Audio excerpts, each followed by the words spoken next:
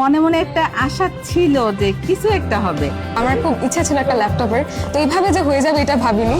আমার মেয়ে সায়রা আফরিন রাইসা, সে প্রথম মাইলস্টোন স্কুলে লেখাপড়া করতো, তারপর তখনই সে 10 মিনিটস স্কুলে ভর্তি হয়েছে।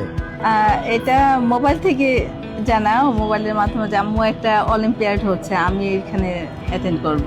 তো মনে মনে একটা আশা ছিল যে কিছু একটা হবে, কিন্তু ফার্স্ট হবে যে সেটা হয়তো ধারণা করিনি। মানে আমি আসলে এক্সপেক্ট করতে পারিনি যে আমি আসলে উইনার হয়ে যাব। সো যখন আমার স্কুলের নাম অ্যানাউন্স করা হলো তখনই আমি বুঝতে পেরেছি যে ইটস মি, বিকজ আমার স্কুল থেকে তো আর কেউ ছিল না। তো তখন আমি অনেক ওভারওয়েলমড হয়ে গিয়েছিলাম। আই ফেল্ট লাইক যে একটা ক্রাইং আর হ্যাপিনেসের মিডল একটা ইমোশন যদি থাকে আমার মধ্যে, সেটা কাজ করছিল। So I was really really happy and I will remember this day forever এভার। ওর প্রিপারেশনটা যে হঠাৎ করে যে আজকে থেকে আমি পড়বো 2 দিন 3 দিন 4 দিন টানা অনেক বেশি পড়বো সেরকম না, ও প্রতিদিনই একটু একটু করে।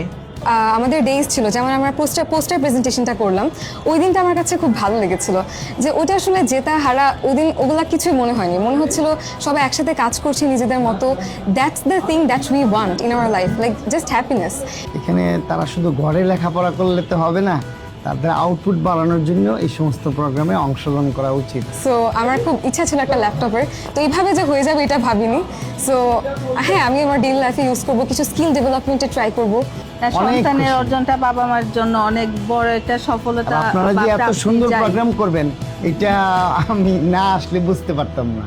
তো যদি সুযোগ পায় ও তো পার্টিসিপেট করবে, আর ওর সাথে যারা আমার আশপাশে লেখাপড়া করে তাদেরকে আমি অনুপ্রাণিত করব আপনাদের এখানে এই ধরনের অলিম্পিয়াডে অংশগ্রহণ করার জন্য।